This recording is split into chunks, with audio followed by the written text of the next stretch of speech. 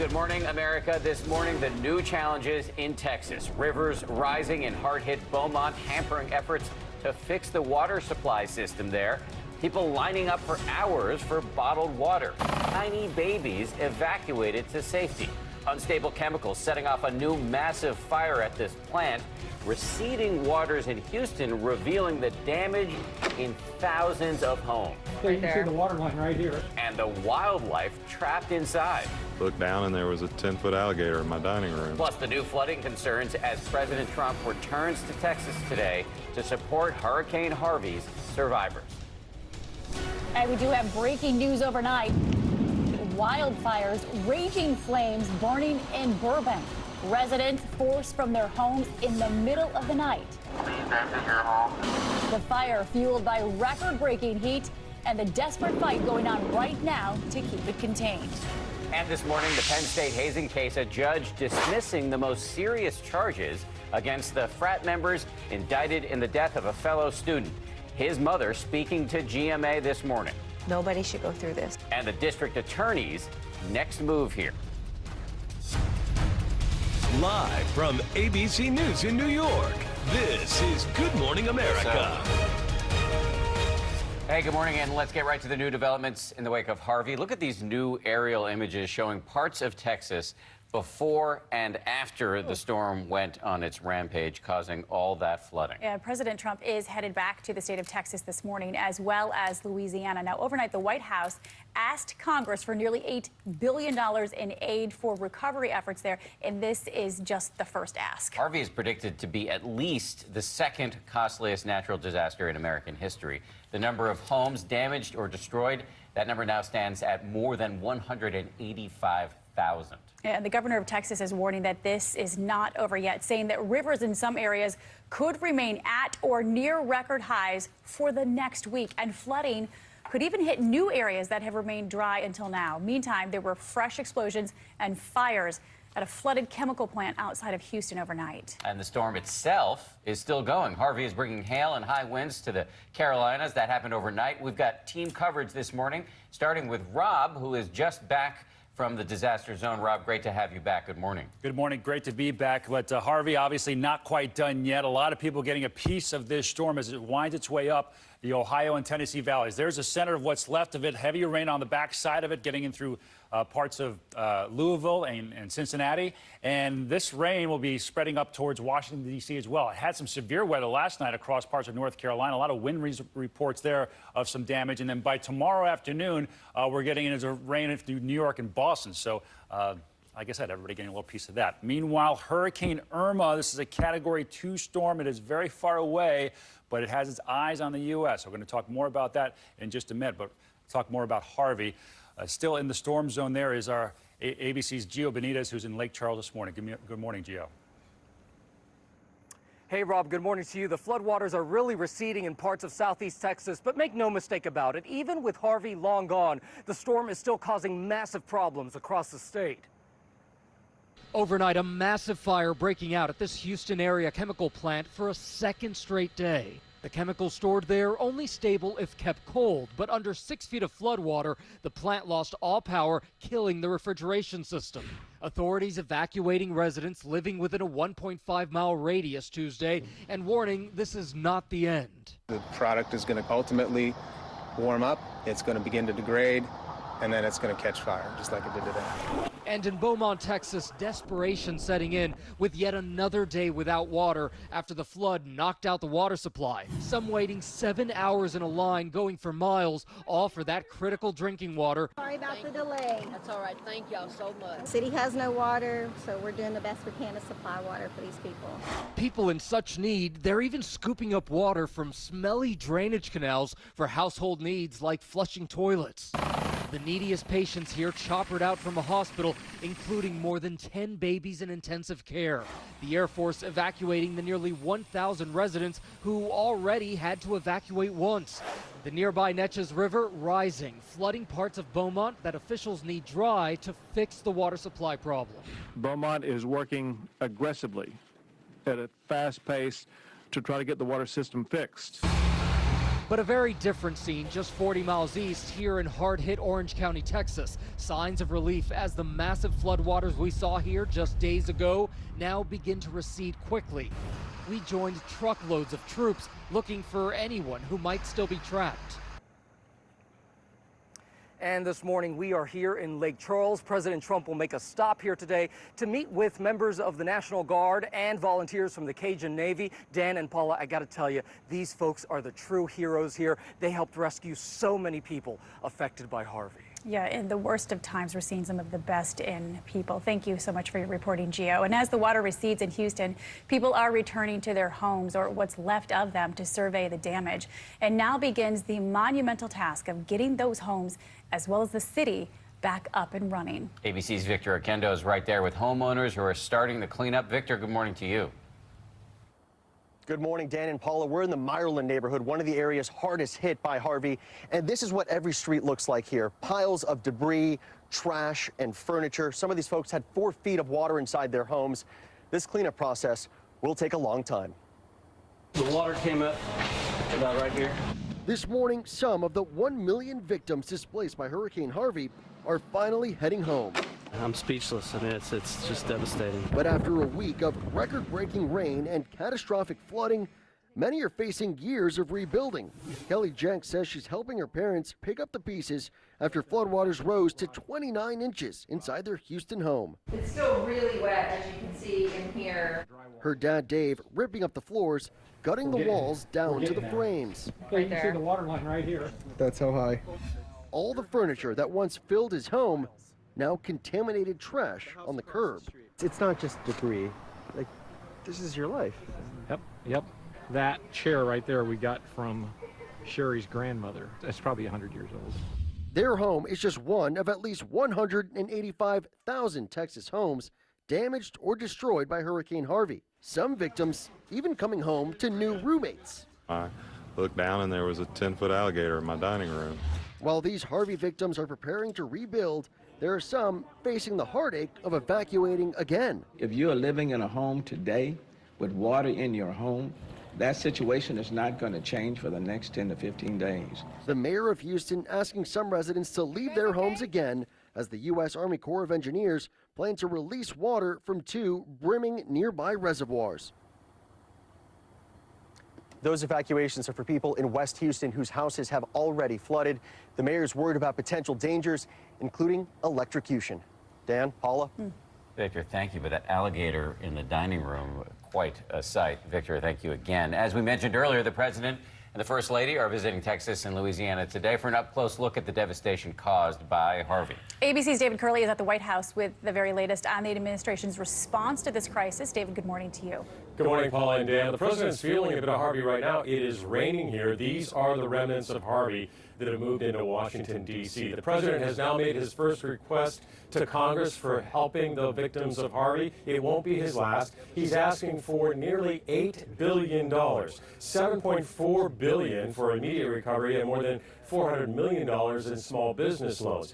And congressional leaders said overnight that they expect to approve this request next week as they return from summer recess.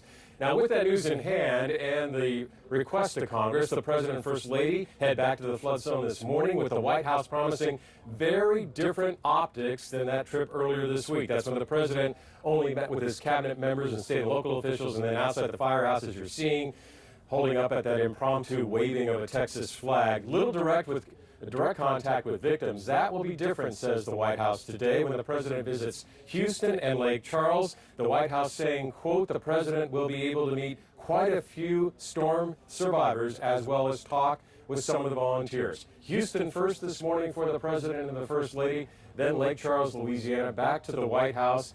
The president said everything's going well in the flood zone, but he did admit during that trip earlier this week, Dan and Paula, that this is going to take a long time for the recovery in Texas and Louisiana. I think that is indisputable. Big day for the president ahead. David Curley, thank you. Let's bring in ABC News political commentator Cokie Roberts, who's also in Washington this morning.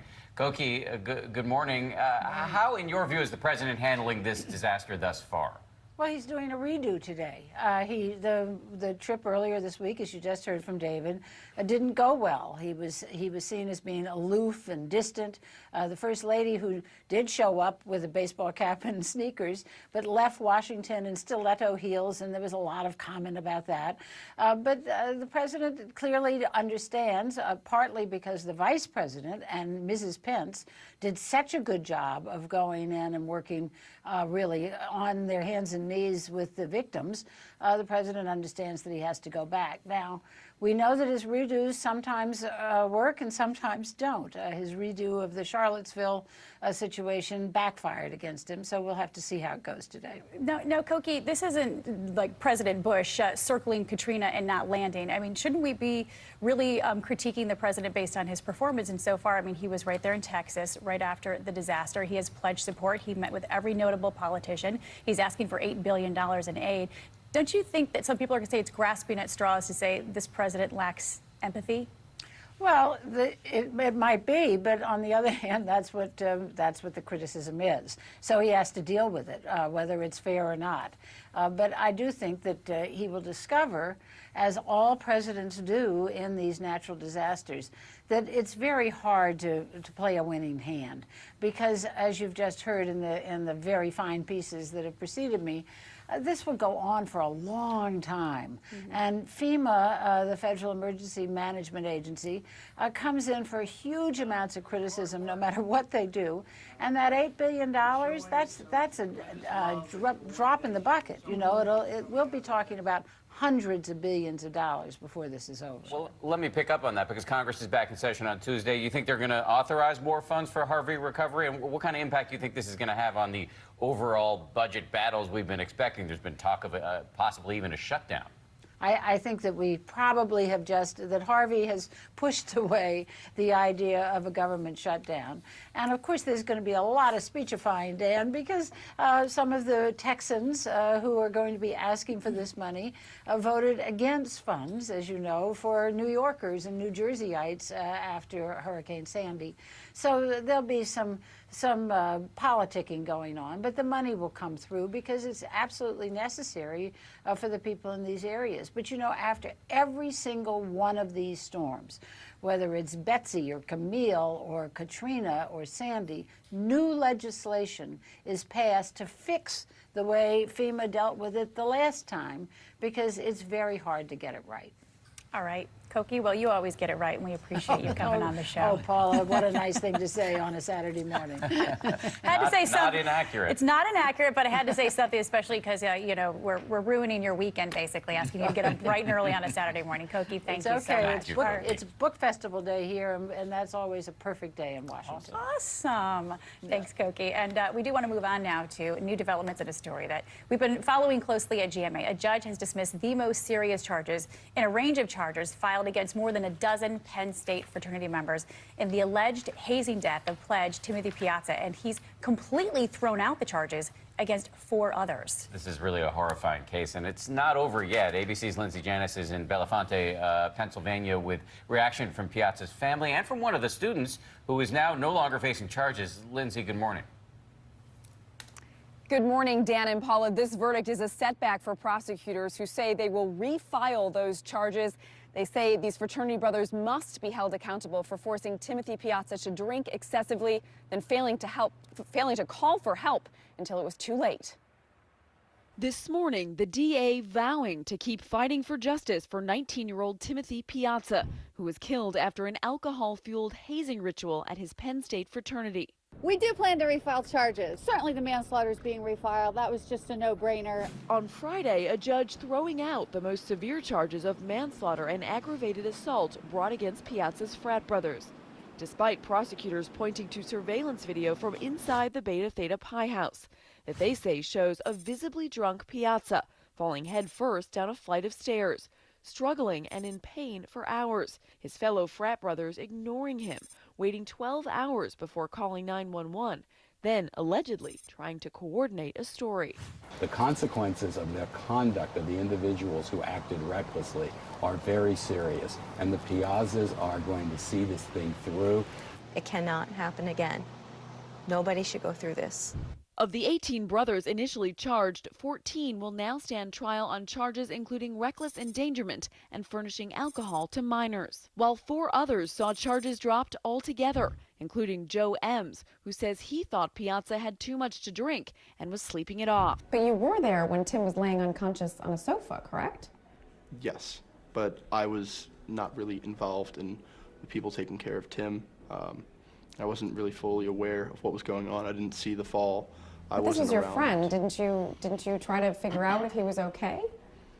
There were other people taking care of him. Joe Ems is long gone before this morphs into a young fellow who looks like a drunken frat kid to a young man who's in obvious distress. He's home sleeping at that point. Joe Ems says he wished he had known how badly Timothy Piazza was injured because if he had, he would have saved his friend. Many of the defense attorneys who have represented these fraternity brothers have said this was a tragic accident and not a crime. Still, with the charges that remain, some of them could face as much as 1 to 2 years in prison. Dan and Paula? Lindsay, thank you. As you know, I've spent some time with the Piazza family, and this is an incredibly hard ordeal for them right now. It's reliving every moment Absolutely. over and over. Absolutely. We're going to move now, though, to the breaking news out of California. Wildfires threatening homes in Burbank, a heavily populated part of Los Angeles. Residents were forced to evacuate in the dead of night, and ABC's Jim Avila is on the scene. Good morning, Dan and Paula. The Southern California heat wave lighting up the hillsides this morning, making for a wild and sleepless night. Overnight, mandatory evacuations ordered as a wildfire rages out of control, racing toward hundreds of homes north of Los Angeles. The blaze in Burbank growing to 2,000 acres, huge flames burning on hilltops. 260 firefighters tackling hot spots from the streets and in the air. We have an abundance of firefighters here on scene that will remain here overnight and over the next several days. Evacuation has been ordered by the Burbank Fire Department. So far, at least 200 homes evacuated. Residents packing up their belongings and preparing for the worst. And when you see it, how far it is, because you know how fast. All it takes is just a little bit of wind, and that's it. This is nothing to fool around with. If you're familiar with fire and wind, it's a lousy combination. Officials saying wind and dry conditions fueled the flames, the record-breaking heat in California not helping. All traffic on the 210 freeway shut down as the fire intensified, spreading across the highway. It's actually really scary because we've never had a fire this close to us. The high temperatures expected to continue today, back in the triple digits. Firefighters hoping the wind stays down so they can get control of this blaze. Dan and Paula? All right, Jim, thank you. And for the very latest on the weather conditions out there in California, let's get it back over to Rob. Hi again, Rob. Hi again, Paula. I tell you what, if we didn't have the hurricane this week, this would have been a much, much bigger story in the news. They've had this heat really for several days now. Excessive heat warnings across much of the state of California today, and red flag warnings extend up into western parts of Oregon. Look at these numbers for record highs yesterday. 112 in Redding, 109 in Sacramento, 104 in San Francisco. Their old record was 94, so they blew that out of the water, and we'll likely see more records today with temperatures getting into the 90s plus again. That's a quick check on what's going on out west. Here now is your local forecast. Check it out.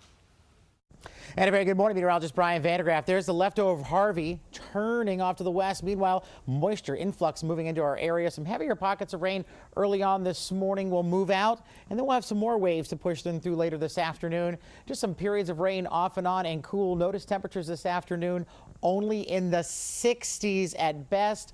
Tomorrow, after an early shower, we will see some clearing. Look at that, near 80 degrees. And Monday, great mid-80s, pushing 90 by Tuesday. Much more on Hurricane Irma coming up in the next half hour. It is great to be back. I see you guys still haven't gotten me a chair, but that's fine. You've earned a chair at this point. Thank you, Adrian. Thank you very much. That's all Ron's doing, by the way. He's the one that says no chair. I'm responsible for him not having you a are. chair. You are. Well, I didn't know that. Well, you're also responsible for the news. So what's going on Hey, today? good morning to you. Good morning. Paula and Dan, Adrian, Robert, well done, by the way, Thanks, sir. pal. Yes. And good morning, everyone. We're going to begin with the U.S. State Department investigating what it says is a new sonic harassment attack on American diplomats at the U.S. Embassy in Havana, Cuba. The latest incident occurred last month. Investigators had originally said the suspected attacks, which began last December, stopped this past spring, but so far at least 19 diplomats have been affected and have experienced hearing loss and even some brain injuries. The source of that attack is still unknown.